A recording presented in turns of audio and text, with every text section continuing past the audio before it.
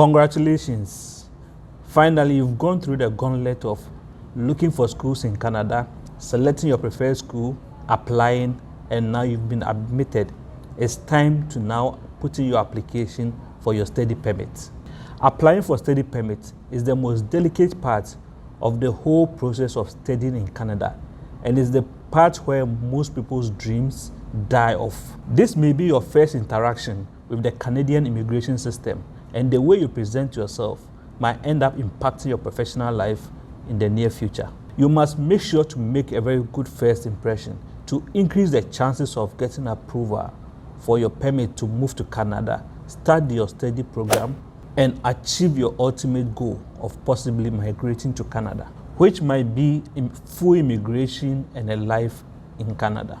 In today's video, I will share with you some common mistakes that I've seen students make when it comes to applying for Canadian study permits that leads to them getting denied, thereby killing their dreams of applying and getting approved to study in Canada.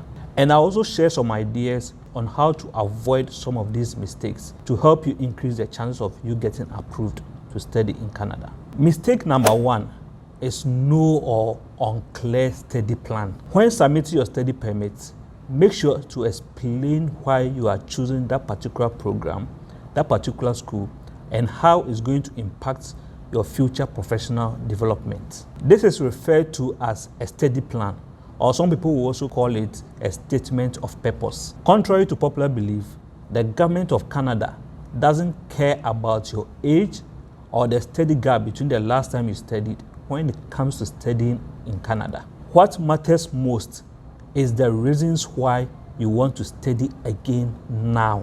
You must provide logical and genuine reasons why studying in Canada is going to make you a better professional. Some common reasons that you can go with are: you have decided to start a new career path and you need a new skill set to help you take this new path. Number two, you need to be more competitive in your local labor market to move up in your profession. Number three, your industry has evolved since the last time you graduated and you need to update your knowledge and skill sets to be competitive. Or number four, you have not worked for several years because you were a stay-home mom or dad, and for you to return to the labor market, you need to update your knowledge and skill sets so that you can enter smoothly. These are just some few reasons that you can go with, or you can create your own whilst you write your study plan. Besides why you want to study again, you must also defend the idea of why studying in Canada is more desirable than studying in your home country. What advantages will you get from studying in Canada? What makes the program that you've chosen more desirable than similar ones in your home country? Finally, you must explain what your post-study plan is. This is one aspect most people fail on. Share with the immigration officer what your professional goals are and why you will be better prepared to meet them after graduation when you study in Canada. Will you apply to higher jobs in your industry? Will you go back home to open a business and be an entrepreneur? Will you start a new career path? Don't leave that to chance and assume that the immigration officer will be able to tell your post-study plans by just looking at your documents. My advice is to make sure that you state it verbatim in the study plan so that you don't leave anything to chance. Take the opportunity to use the study plan to give information about yourself, your family, and your dreams for the immigration officer to know you better and make it easier for him to approve your study permit application. In future video, I will share how to prepare your own study permit application and provide a thorough plan on how a study plan should be written. So be on the lookout for it. Mistake number two is poorly organized documents. Imagine that someone emailed you all kinds of scanned documents with names like scanner 000111432 and asked you to order them and create a summary to tell a story about them in just 5 minutes. You would probably be stressed out and frustrated. Well, that's how immigration officers feel when they receive a poorly organized application. Most likely you submit your study permit application online and you will attach all sorts of scanned documents to your application to make sure they can tell a story about you. Remember that on the other side of the electronic portal is a human being who will be downloading them and going through them to tell a story about you so that he can make a decision and approve your application or even deny it. He will click to download and save these documents into a folder, open them and quickly review to decide whether he should approve for you to come and study in Canada. It is important to make the work of the immigration officer as easy and comfortable as possible by providing scanned documents with clearly labeled names for easily identification. And the name of the document can even give a description of the kind of information that can be found in it. If some of your documents have several pages like bank statements, take time to order it in PDF in a chronological order and even highlight the final balance if possible, the name of the account holder, and the date of the statement. One thing that I always advise applicants to do is to create a table of content for each group of documents that they decide to upload with clearly labeled sections and page numbers to guide the application officer to go through the application and know where to find each document. And I also say, let your documents tell a story. Unlike other embassies where you get to stand in front of the immigration officer for him to ask you questions about your document. In this case, you are not there. So imagine the kind of questions that he would have asked if you were there and provide the documents to answer those questions. Let it tell a story about why you want to come and study without him having to pick up a phone to call you or ask further questions. Make sure that every information that he needs or he will need is provided in your documents and you point him to where he can find it easily. Taking that extra minutes to organize your documents in PDF means that you are making the work of the immigration officer less tedious, and he will feel more relaxed when he's looking at your application and understand it better, which will help increase your chances of him giving you approval. Mistake number 3 is inadequate proof of funds. Since your major objective when studying in Canada is to go to class and graduate, you should not be worried about money when you get to Canada. Showing how much money is available to you whilst you are studying in Canada is one of the most important parts of your study permit application. Provide bank statements for proof of funds for between 4 to 6 months and make sure to show how that proof of funds was accumulated. One thing that I've come to realize is most applicants stress about the final number of the proof of funds without being worried about explaining how those proof of funds was accumulated, how that money came together. If you are showing that you have $100,000 available to you and 60,000 of it just showed up in your account without explaining how that money came about, it will raise a red flag. For example, if you received a loan from an institution in your home country, make sure to attach a necessary document to show this proof. Or if a family member is helping you with money for you to study in Canada, make sure to show a letter from that person saying that he or she is providing this amount of money to support your studying in Canada. And make sure to provide the bank statement showing that transfer of amount to you as proof. If you sold your car or your house to support your proof of funds, make sure to show the proof of sale of that particular asset to support your proof of funds. If you are receiving rental income as part of the income coming into your account, make sure to show the rent agreement so they know how that money is coming into your account. In general terms, a student is expected to have a minimum of 10,000 Canadian dollars available in savings when they decide to study in Canada. Or if they are coming with a partner, then they should have an additional 4,000 to support that particular partner. And for each additional child that they are bringing along, that will be an additional 3,000 Canadian dollars. And all this is in addition to the first year tuition fees. If you can show more money, I encourage you to do so. One tip that I used to get my application approved, and I've advised most people who have gone through me to use, is to create a proof of funds explanation letter. And in this letter, They can explain how the whole proof of funds was accumulated. And if there are any lump sums in their accounts, this will be the opportunity to explain every single one of them so that you don't leave anything to chance. And sometimes I even advise to go further to create your own table of assets and liabilities so that at least the immigration officer knows how much money you are coming in with. Then you take out your first year tuition fees or any other expenses that will be required. So you are left with the balance. So he knows that after paying all these things, you still have some money available to you to spend whilst you are here. Mistake number 4 is weak ties to your home country.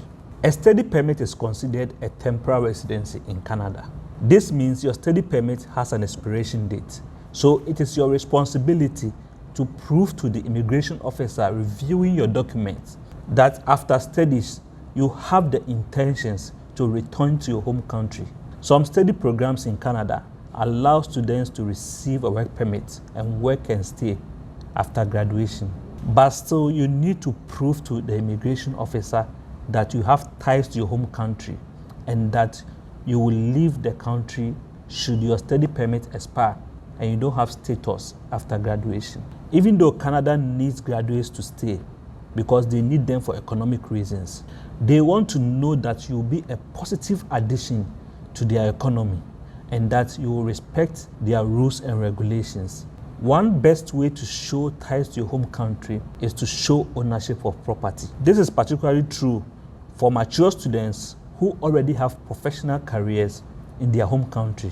Owning a property is not a decision factor for young students. For example, a 19-year-old who is looking to study a bachelor's degree will not be expected to own the property. If you do not own property in your home country, then it is important to show your job prospects post-graduation. For example, if you are already employed, make sure to provide a letter of reference from your current employer to show that you are fully employed and that you are connected to your professional network and that you can easily apply for jobs and be employed again after graduating in Canada. Showing proof that you've traveled outside the home country and returned to can also prove that you have strong ties to your home country and can also show that you have respected previous temporal visas in the past.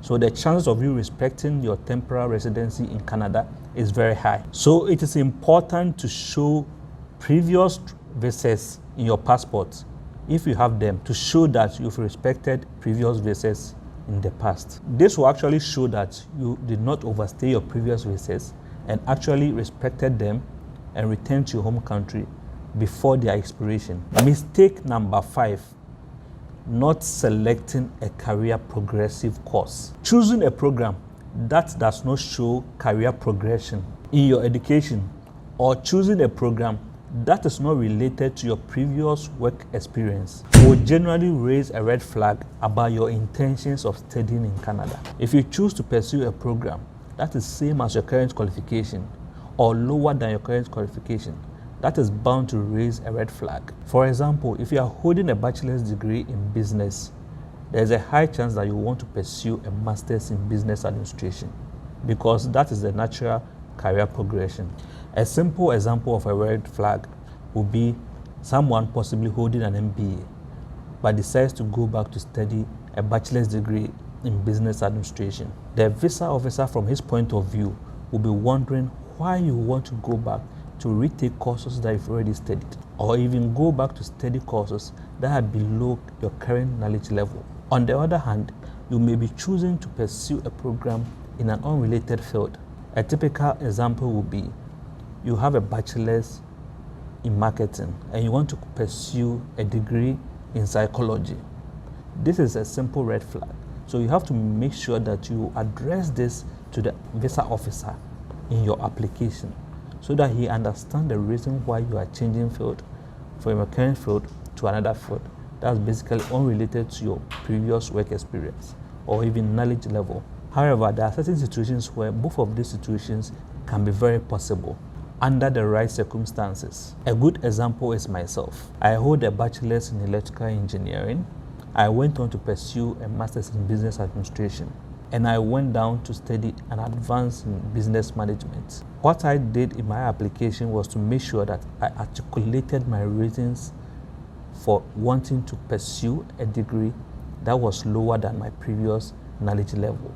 And I didn't leave anything to chance. I made sure that I articulated everything word by word and backed them with the right documents to explain why I chose this particular course, even though I've studied most of those courses in my previous degree. And I guess the visa officer accepted the reasons that I gave and went ahead to approve my application. The visa officer probably thought that after 10 years in the corporate world, going back to study on a lower degree level will stack up well with my current knowledge level and help progress my career further. Mistake number 6 is poor or no language proficiency. And this one has to do with those who are supposed to submit an English or French language proficiency test as a requirement for their program admission. A quick note here, you are not required to submit one if you are applying under the regular stream of application. However, if you are looking to apply under the student direct stream, that's the SDS stream, because depending on where you live, you may be able to get your application processed faster through this stream. So look into it before you submit your application.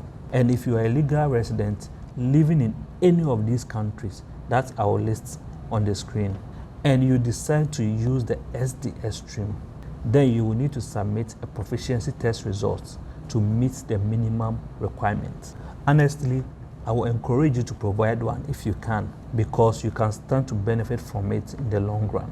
First thing is, most good schools with competitive programs will require you to have a decent language proficiency. Secondly, if you have one, it gives you more options when it comes to choosing a school that you want, because you will meet the requirements of most schools when it comes to English proficiency test results. Thirdly, the visa officer reviewing your application, when he sees that you have a decent language proficiency test results, it will prove to him that you can read and understand the language of the course, and you have a higher chance of at least pursuing and graduating from the course that you have chosen to at least undergo. Mistake number 7 is not applying as a mature student, even though you are one. Even though there's no age limit when it comes to Canadian study permit application, it will be a mistake on your part not to be mindful of a few things when it comes to submitting your application if you are a mature student. And in this case, when I say mature students, I'm talking about basically people who are above 30 and have been in the corporate world for at least more than 10 years. The truth is, anybody can be an academic or a scholar at any stage in their life. And there are many reasons to why you will want to pursue your education at a later stage in life. I have seen people as old as 50, even 60 years apply to study and get approved to study, as long as you have genuine reasons why you want to study. Some of those reasons could be advancements in their career, or seeking promotion, or changes in their work industry that requires them to go back to school to reacquire new knowledge for better advancement, or simply because they want to learn something new. However, it gets more difficult to get approval the older you are, as you can see in the table that I'm showing on the screen. This table compares study permit approval based on age. As you can see, students under the age of 20 have higher study permit approval, as high as up to 75%, whereas students above 30 have a lower approval rate, as low as up to 40%. Why is that the case? Well, there are several factors that could have contributed towards this. Common among them is older applicants, who most times have education gap that's longer than 5 years. As someone who falls into this category as a mature student, it's possible you already have a family and have a job, possibly a career that's flourishing. The visa officer may be wondering, why do you want to kick off the ties now and restart your study plans again after not studying for so long and having a longer education gap? Perhaps the bigger question is, why do you want to leave your family and work obligations now just to pursue education again? And this does not discourage mature applicants from submitting a study permit application, because as you can see for the graph, there has been a growing interest in mature students to study in Canada since 2016. In fact, I encourage you to give it your best shot because you never know what could happen. Like I always say, you miss 100% of the shots that you don't take. But what I want you to do is at least apply as a mature student, make the necessary adjustments so that you can answer the questions that the visa officer will be asking about your application. Just be mindful of the questions that will pop up in case the visa officer is looking at your application, and address them accordingly, because some of these questions will come to anyone who looks at your application, and you can ask yourself those questions without having to leave them unanswered in your application. Because a guided missile has a higher chance of hitting its target than an unguided missile. So my advice as a mature student, make sure that your application is guided. Make it a guided missile so that the visa officer reviewing your application wouldn't have a reason to doubt your intentions of wanting to go back to study again. If you feel you are ready to put together your own study permit application and you need an extra guidance, kindly leave me a message in the comment section, and I'll make sure to put together a complete guide on how to submit your own study permit application without having to use an external party. I will show you how to create the online profile on the Canadian immigration website, which forms you must fill out, which documents that you need to upload, and a template for a study plan. So let me hear from you. And if you got value out of this video, kindly hit the subscribe button so that you can join this family as we learn together. And do what to share this video with family and friends that you think will get value out of it. And leave me a comment in the comment section on at least what you've learned from this video, or other video ideas that you think you want me to address, so that you can learn from my experience and the experience of other people that I've interacted with. Until the next video, catch you.